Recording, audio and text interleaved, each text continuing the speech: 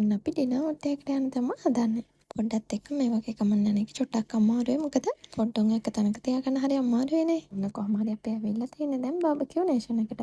මේක Indian restaurant එකක්. ඒ වගේම මේක තියෙන්නේ බර්ෂාවල. අපි මේ ඇවිල්ලා ඉන්නේ බෆේ එකට. මෙයාලගේ normal menu උනත් ඇති මම ඒක නම් දන්නේ නැහැ. ඉතින් මුල් ටිකේ මේ විදියට බාබකියු ටේබල් එකට සර්ව් කරනවා. ඉතින් මෙතන කස්ටමර් සර්විස් එක නම් ඕනෝටත් ඇති. එහෙම කියන්න හේතුව තමයි එක්කෙනෙක් දෙන්නෙක් නෙමෙයි.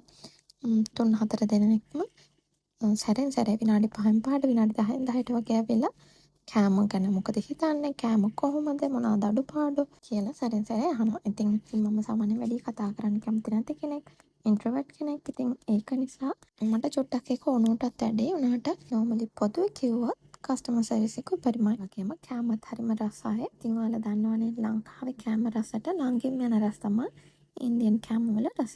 ඉතින් ඒ නිසා අපේට මෙතන උඩින්ම රිකමන්ඩ් කරන්න පුළුවන්. ඉතින් ටේබල් එකට බාබකියු සර්ව් කරලා ඉවර වුණාට පස්සේ ගිහිල්ලා අනිත් ඒවා බෙදාගෙන කන්න පුළුවන්. මසල ජාති කිහිපයක් ඒවලට දාගන්න පුළුවන් ඩ්‍රෙසින්ග්ස් ගොඩක් ජාති තියෙනවා. ඉතින් කැමති විදිහට සලාඩ් එක හදාගන්න පුළුවන්. ලයිව් කිචන් එකක ෆිෂ් බේක් කරලා දෙනවා. පාස්තා නූඩල්ස් කැමති ටොපින්ග්ස් දාලා හදලා දෙනවා. මීට අමතරව රයිස් ඇන්ඩ් කරි, බිරියානි වගේ දේවලුත් තියෙනවා. ඒ ඔක්කොම කාලි වුණාට පස්සේ ඩෙසර්ට් ජාති 10ක් විතර තියෙනවා. ඉතින් මේ ස්වීට්ස් වලට අමතරව අයිස්ක්‍රීම් ජාති 4-5කුත් තියෙනවා. කුල්ෆි, වැනිලා, චොක්ලට් අයිස්ක්‍රීම් ඔය වගේ කීපයක්ම තියෙනවා. ඉතින් මම වගේ නැතුව බඩ පැලෙන්න කන කෙනෙක්ට නම් මෙතන මේ ගානට වගේම රසට ගොඩක් වටිනවා. ඉතින් මේ ඔක්කොම try කරන්න ඕන නම් කලින් දවස් ඉඳලාවත් බඩගින්න ඉන්න වෙනවා. මෙතන buffet එකට එක්කෙනෙක්ට දිරහම් 75ක් වගේ තමයි මට මතක විදියට. ඊට අමතරව drinks වලට වෙනම ගෙවන්න ඕනේ. මම bill එකත් වීඩියෝ එක අන්තිමට දාන්නම්.